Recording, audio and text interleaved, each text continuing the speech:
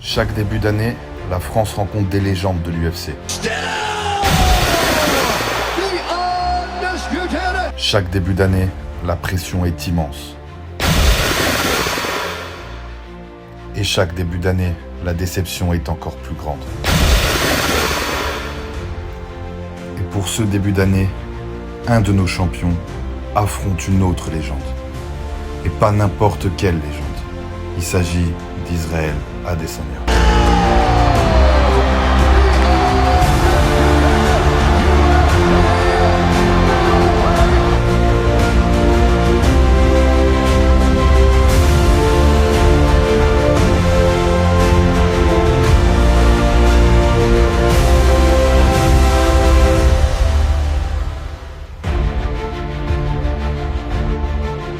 Le seul homme à avoir battu Alex Pereira, rien que ça.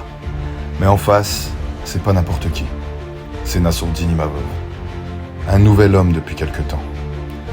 D'abord, il a changé de team. L'ancien pensionnaire du MMA Factory a décidé, après une défaite qui lui a fait énormément mal, de changer de team, d'aller voir Nicolas Hoth et de laisser Fernand Lopez. Cette défaite, c'est contre Sean Strickland. Et je vais vous expliquer dans cette vidéo pourquoi il est possible d'avoir comme prochain combat de Nassourdine Imavov, si il bat Adesanya, un Sean Strickland vs Imavov.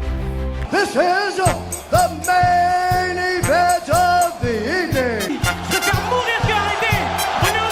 I'd like to take this chance to apologize to absolutely nobody. The double champ does what the he wants.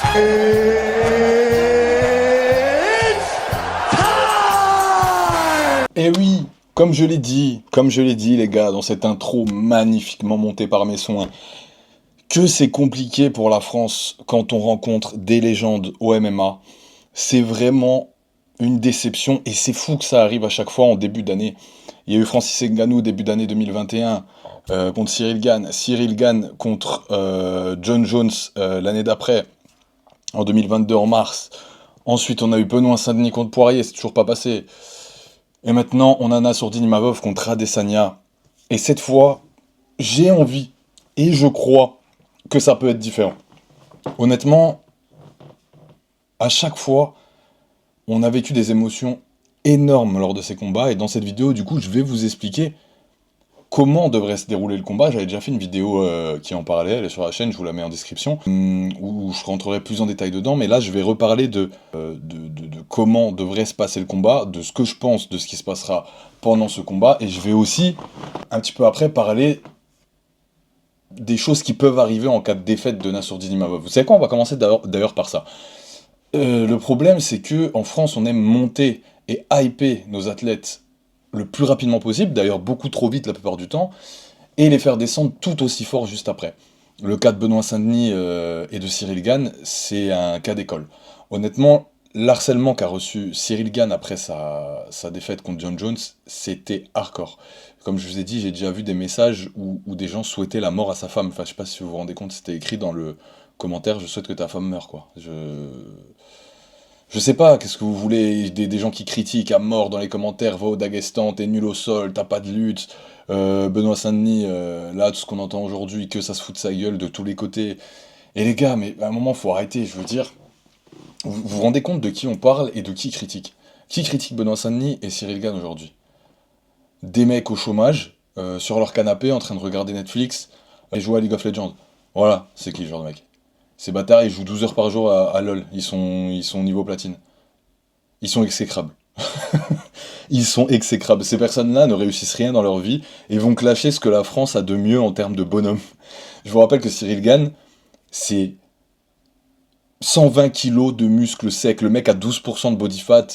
Il a rencontré des légendes. Il a fusillé des mecs dans le top 5 de l'UFC. Il a battu Derrick Lewis en prenant la ceinture intérimaire. Et toi, tu fous rien et tu le clashes. Mais c'est fou de faire ça, genre vraiment. Benoît Saint-Denis, mais putain, le mec est un putain de héros de guerre. Le mec peut tout faire, littéralement. Il peut tirer au FAMAS à 100 mètres dans le fif d'un mec de Boko Haram, sans lumière, avec des lunettes de stylet là, qu'on voit que dans les films habituellement. Et juste après ça, gros, il peut te rentrer un takedown et des middle kicks pète la race de n'importe quel Brésilien de la catégorie. Le mec est top 13 du UFC. Oh! Et toi, tu le clashes alors que t'as rien fait de ta vie. T'oses pas demander une augmentation à ton patron. Et ça, je parle pour les meilleurs d'entre vous. Parce que les autres, ils n'ont pas de patron, ils sont au chômage. Ou pire que ça, des étudiants, putain. Il y a des enculés d'étudiants qui se permettent de critiquer Benoît Saint-Denis. Non mais j'en peux plus, frère. Je regarde les commentaires, c'est ridicule. C'est ridicule. Arrêtez. Laissez-les tranquilles. Ces mecs-là vont revenir. Benoît Saint-Denis, j'ai aucun doute qu'il va revenir avec sa nouvelle team. Cyril Gane, pareil. Le mec, putain, il a 3 orteils pétés, il arrive à gérer le sol avec Volkov. Bon, c'était pas le meilleur sol, mais c'est beaucoup plus compliqué sans appui, c'est beaucoup plus compliqué de faire le jeu qu'il faisait d'habitude. Donc d'esquiver. Mais là, mettez-lui Almeida, il va le rouler dessus, là, le petit 100 kg, là. On va lui montrer. Bon, bref, on est déjà à 5 minutes de vidéo et j'ai même pas encore commencé à vous parler de Adesanya vs Imavov. Parce que ce dont j'ai peur, et c'est pour ça que je parlais de ça, j'ai peur que Imavov lui arrive la même chose en cas de défaite, car la défaite est probable. Parce qu'Adesanya, en ce moment, il est en train de travailler avec Whittaker, il est en train de montrer des choses qui sont terrifiantes pour nous. Maintenant, Adesanya, je le répète, il est unidimensionnel. Et ça, c'est un problème. Je veux dire, à un moment donné, quand un combattant complet face à un combattant unidimensionnel, de temps en temps, le combattant unidimensionnel gagne, mais c'est quand même beaucoup plus rare. Nassourdine, il va lui mettre des alertes partout. Striking avec sa boxe, lutte, sol avec les soumissions. Je l'ai dit, mon pronostic, c'est une soumission de Nassourdine, round 2-3, tu vois. C'est ce que je pense, vraiment. C'est vraiment ce que je pense. Et donc, on prend tout ça en considération, et on se dit qu'au final, Nassourdine a ses chances. Nassourdine a aussi ses chances parce qu'on a un Nicolas Haute qui, en termes de game plan, est vraiment très bon. Sur 5 rounds, son coaching est vraiment très bon. Parce que suffit que Nas il perde un round ou deux, il saura trouver les mots justes. Je sais pas si vous avez entendu quand il arrive dans le coin après le mauvais premier round que fait Nassourdine face à Allen. Pour lui, on le sait, c'est pas grave. Maintenant, on va mettre du striking en place. Ok ? Si jamais c'est une situation qui arrive comme ça, t'as bien fait. Faut recomposer. Ensuite, il faut aller chercher le whizzer pour se relever. Le crochet au-dessus, le bras. Donne-lui un peu d'eau. Nas, il a utilisé beaucoup d'énergie pour te conserver au sol. Hein. Ok ? Maintenant, on fait la vitesse du mouvement. La vitesse du mouvement. Notre but, c'est de gagner ce round. Mais ces mots, ils sont parfaits à Nicolas. Ils sont calmes, ils sont doux, ils te rassurent, c'est parfait en fait. C'est exactement ce qu'il faut pour qu'un combattant reprenne confiance et se dise « Ok, c'est pas grave, on y retourne ». Et ça, c'est un gros atout pour Nassourdine. Son gros atout, ça sera aussi le game plan que va mettre en place Nicolas. J'en suis sûr, sera au top. Et on a aussi cette fougue de la jeunesse, cette dalle d'avoir envie de grimper les échelons. Et comme je disais dans le teaser tout à l'heure, Nassourdine vs Sean Strickland, c'est selon moi ce qui pourrait se passer derrière. Pourquoi ? Sean Strickland combat face à Dricus du Plessis pour la ceinture juste après. Je pense que Dricus va gagner. Si Dricus gagne, le prochain à avoir le title shot, ça sera Khamzat. Il n'y a rien à faire, c'est comme ça. Nassourdine ne grillera pas la priorité à Khamzat, c'est sûr. Donc, ce qui va rester à Nassourdine, et ça va pas lui déplaire, et il le voudra ce combat, ça sera Sean Strickland. Sean Strickland vs Nassourdine. Main event de l'UFC Paris. Est-ce que vous signez pas tout de suite, putain les gars ? Est-ce que vous signez pas tout de suite ? Est-ce qu'on va pas dans le stade et on va lui dire « Nique-lui ça !» Bien sûr qu'on va le faire. Bien sûr qu'on va faire. Et ma copine rentre pendant que je suis en train de faire la vidéo. Est-ce que je lui ferai pas, du coup, ce que Nassourdine va faire à Strickland ? Je sais pas, je te patate. Qu'est-ce que je fais ?